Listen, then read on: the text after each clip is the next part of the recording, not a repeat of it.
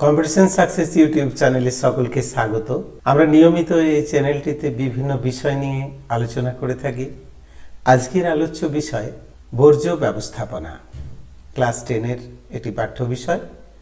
আজকে এটি নিয়ে আমরা আলোচনা করব। বর্জ্য কাকে বলে? বর্জ্য হচ্ছে আমরা যা বর্জন করি, ব্যবহারের পর আমরা যা বর্জন করি তাই বর্জ্য। ব্যবহারের অযোগ্য, পরিত্যক্ত, কঠিন, তরল, গ্যাসীয় অবস্থায় প্রকৃতিতে পড়ে থাকা বস্তু যা পরিবেশ দূষণের অন্যতম কারণ, তাকে বর্জ্য বলে।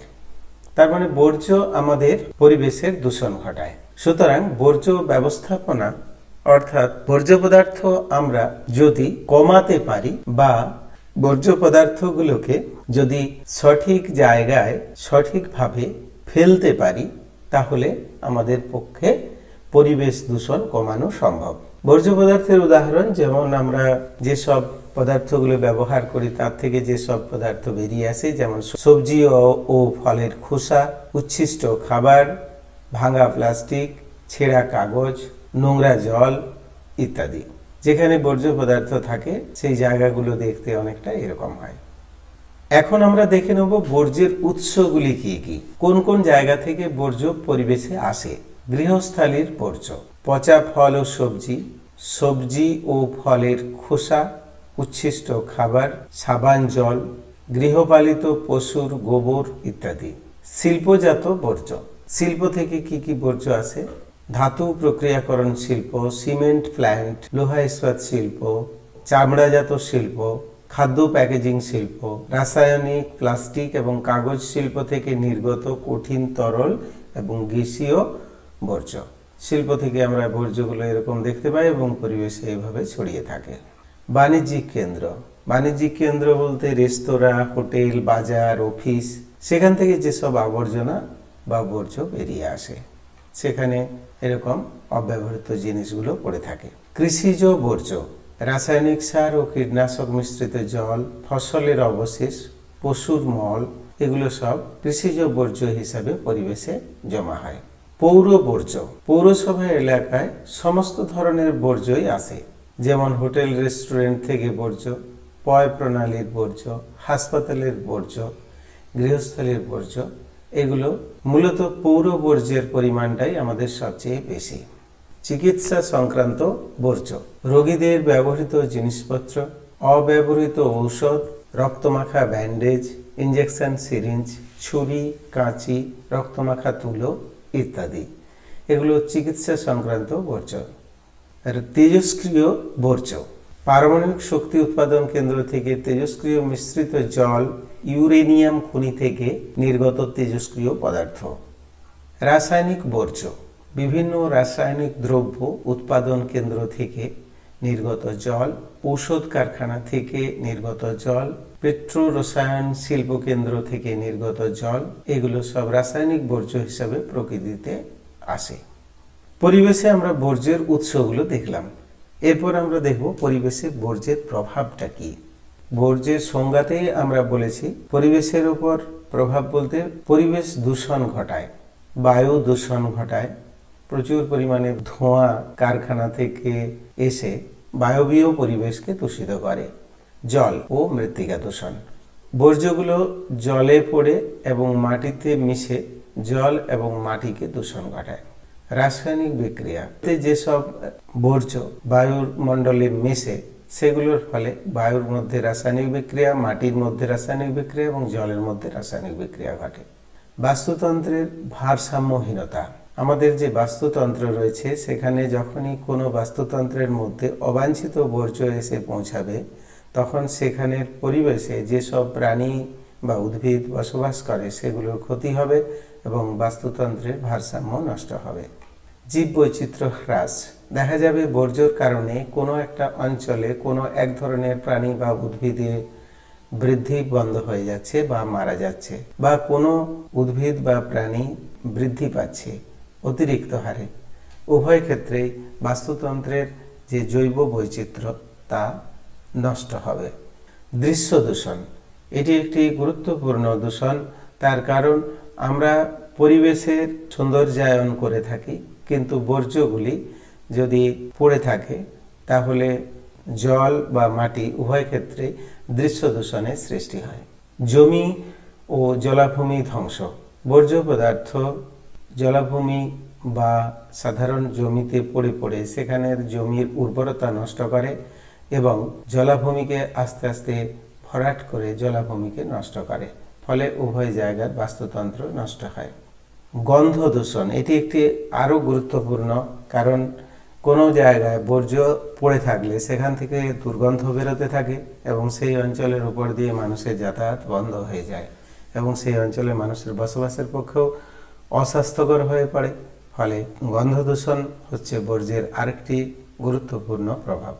এখন আমরা এই বর্জ্য ব্যবস্থাপনা কিভাবে করতে পারি? আমরা মানুষেরা যতদিন থাকব ততদিন বর্জ্য পদার্থ আসতেই থাকবে। ব্যবহারের পর ব্যবহার অবশেষ প্রকৃতিতে ফেলে দেওয়া হয় যেগুলো, সেগুলোই বর্জ্য। কিন্তু আমরা এই বর্জ্যকে যদি সঠিকভাবে ব্যবহার করি, পুনর্ব্যবহার করি বা কিছু কিছু বর্জ্য পদার্থ সঠিকভাবে ত্যাগ করি, তাহলে সেই বর্জ্য থেকে আমাদের সমস্যা অনেকটা কমবে। এটাকে বর্জ্য ব্যবস্থাপনা বলছে। বর্জ্য ব্যবস্থাপনাটা কি তাহলে? বর্জ্য পদার্থগুলিকে বিজ্ঞানসম্মত উপায়ে সম্পূর্ণ নিঃশেষ করা অথবা পুনরায় ব্যবহারযোগ্য উপাদানে পরিণত করার ব্যবস্থা বা পদ্ধতিকে বলে বর্জ্য ব্যবস্থাপনা, যার ফলে বর্জ্য পদার্থ সম্পদে পরিণত হতে পারে। এর গুরুত্ব কি? এর গুরুত্ব হচ্ছে বর্জ্য ব্যবস্থাপনা পরিবেশ দূষণমুক্ত করবে, জনস্বাস্থ্য সুরক্ষিত রাখবে, জীব বৈচিত্র্য রক্ষা করে পরিবেশের বাস্তুতান্ত্রিক ভারসাম্য সুরক্ষিত হবে। এগুলো হচ্ছে বর্জ্য ব্যবস্থাপনার কর্মসূচিগুলি। কি? বর্জ্য ব্যবস্থাপনার 4টি কর্মসূচির মাধ্যমে বাস্তবায়িত করা হয়। ব্যবস্থাপনার এই 4টি কর্মসূচি কি কি? পরিমাণ হ্রাস। বর্জ্য পদার্থের পরিমাণ হ্রাস করতে হবে। এমন কিছু বর্জ্য পদার্থ আছে যেগুলো ব্যবহার না করলেও চলে, সেগুলোকে এড়িয়ে বর্জ্য পদার্থের পরিমাণটা হ্রাস করতে হবে। পুনর্ব্যবহার। পুনর্ব্যবহার কি? যে বর্জ্য পদার্থগুলো পুনরায় ব্যবহার করা যাবে সেগুলো ব্যবহার পুনরায় করলে বর্জ্য পদার্থ কিছু কাজে লাগানো যাবে, সেটাকে বলা হচ্ছে পুনর্ব্যবহার। পুনর্নবীকরণ। একবার ব্যবহার করলে সেটাকে যদি আরো পুনরায় ব্যবহার করার উপযুক্তভাবে তৈরি করে নেওয়া যায়, তাহলেও বর্জ্য পদার্থের পরিমাণ কমবে। আর হচ্ছে প্রত্যাখ্যান। কিছু কিছু বর্জ্য পদার্থ সম্পূর্ণভাবে বর্জন করতে হবে, যা ব্যবহার করা চলবে না। এই 4টি কর্মসূচিকে সংক্ষেপে বলা হয় 4R। 4R এর মধ্যে রিডিউস পরিমাণ হ্রাস, রিইউজ পুনর্ব্যবহার, রিসাইকেল পুনর্নবীকরণ, রিফিউজ প্রত্যাখ্যান। রিডিউসটা কি? পরিমাণ হ্রাস। আমাদের দৈনন্দিন জীবনের অদরকারি পদার্থ যত কমানো সম্ভব হবে, বর্জ্যের পরিমাণও তত কমবে। অর্থাৎ দ্রব্য ব্যবহারে আমাদের মিতব্যয়ী হতে হবে। অপ্রয়োজনীয় জিনিসেই পরিবেশে বর্জ্যের পরিমাণ বাড়ায়, তাহলে আমরা অপ্রয়োজনীয় জিনিস ব্যবহার করব না। এরপর হচ্ছে রিইউজ। পরিবেশের কিছু কিছু উপাদান পুনর্ব্যবহারযোগ্য, যেমন ধাতব বস্তু, কাগজ, যন্ত্রাংশ ইত্যাদি। এগুলি একবার ব্যবহার পর পুনরায় ব্যবহার করা যায়। দ্রব্যের পুনর্ব্যবহার সম্পদের সঞ্চয় বাড়ায়, তাই অপুনর্ভব সম্পদগুলিকে সাশ্রয় করা ও পুনর্ব্যবহার খুব জরুরি। যেমন সৌন্দর্য বৃদ্ধির জন্য এই বোতলগুলিকে সাজানো হয়েছে। এই বোতলটির সাহায্যে একটি অন্য জিনিস তৈরি করা হয়েছে। এই বোতলটির ভেতরে কাঁচ লাগানো হয়েছে। রিসাইকেল পুনর্নবীকরণ। পুনর্নবীকরণ বলতে বৈজ্ঞানিক পদ্ধতিতে কোনো ব্যবহৃত দ্রব্যকে পুনরায় ব্যবহারযোগ্য সম্পদে পরিণত করে পরিবেশে ফিরিয়ে দেওয়া। পুনর্নবীকরণ করা যায় কাঁচ, ধাতু, প্লাস্টিক, কাগজ, ছেঁড়া কাপড় থেকে পুনরায় অনুরূপ দ্রব্য উৎপাদন করা সম্ভব হয়। রিফিউজ। পরিবেশকে দূষণমুক্ত সুস্থ রাখতে কিছু কিছু দ্রব্য ব্যবহার সম্পূর্ণ বন্ধ করতে হবে। যেমন প্লাস্টিকের বোতল। আমরা ধাতব বোতল ব্যবহার করতে পারি, সেটা অনেক দিন বেশি যাবে এবং সেই বোতলটা বারবার ব্যবহার করা যাবে। সুতরাং সিঙ্গেল ইউজ প্লাস্টিকের বোতল ব্যবহার বন্ধ করতে হবে জলের জন্য। থার্মোকল ব্যবহার বন্ধ করতে হবে। কাগজ বা পাত ব্যবহার করতে হবে, যেগুলো পরিবেশের সঙ্গে মিশে যাবে। বিষাক্ত ও বিপজ্জনক দ্রব্য আইন করে বন্ধ করতে হবে, তাহলেই আমাদের পরিবেশে বর্জ্য পদার্থের পরিমাণটা কমবে। ব্যবস্থাপনা পদ্ধতি: তরল, কঠিন, গ্যাসীয় বর্জ্যের ব্যবস্থাপনার বিভিন্ন পদ্ধতিতে করা হয়।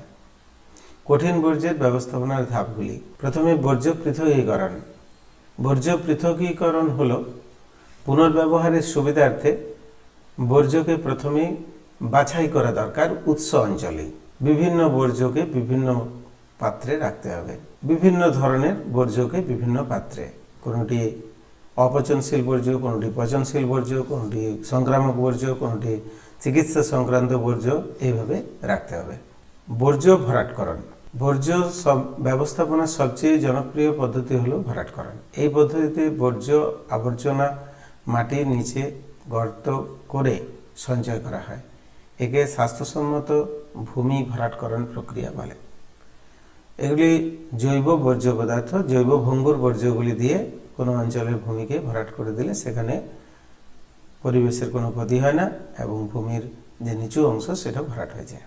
কম্পোস্টিং: কঠিন বর্জ্য পচনে একটি বায়বীয় পদ্ধতি হলো কম্পোস্টিং। এটি জৈব উপাদান পুনর্ব্যবহারের জন্য ব্যবহার করা যেতে পারে। এই প্রক্রিয়ার মাধ্যমে জৈব উপাদানগুলিকে হিউমাসের মতো উপাদানে পরিণত করা হয়, যা কম্পোস্টিং নামে পরিচিত। উদ্ভিদের জন্য একটি ভালো সার। তরল বর্জ্যের নিষ্কাশন: তরল বর্জ্য থেকে সাধারণত নিষ্কাশন পদ্ধতিতে বর্জ্য পদার্থ কমানো হয়। আর গ্যাসীয় পদার্থ থেকে গ্যাসীয় বর্জ্য স্ক্রাবার পদ্ধতিতে ব্যবস্থাপনা করা হয়। স্ক্রাবারের মাধ্যমে কোনো কারখানা বা কোনো অঞ্চলের গ্যাসীয় পদার্থ থেকে বর্জ্য পদার্থগুলিকে আলাদা করে সেটি বায়ুতে ছেড়ে দেওয়া হয়। বর্জ্য ব্যবস্থাপনা সম্পর্কে মোটামুটিভাবে আমরা এই আলোচনাটি শেষ করলাম। আমাদের এই চ্যানেলটিতে নিয়মিত বিভিন্ন বিষয়ে আলোচনা করা হয়ে থাকে। যদি এই আলোচনাগুলি তোমাদের ভালো লেগে থাকে তাহলে চ্যানেলটি অবশ্যই সাবস্ক্রাইব করো এবং নতুন নতুন বিভিন্ন আলোচনাগুলি দেখতে থাকো। কম্পিটিশন সাকসেস ইউটিউব চ্যানেলের পক্ষ থেকে তোমাদের অনেক অনেক ধন্যবাদ।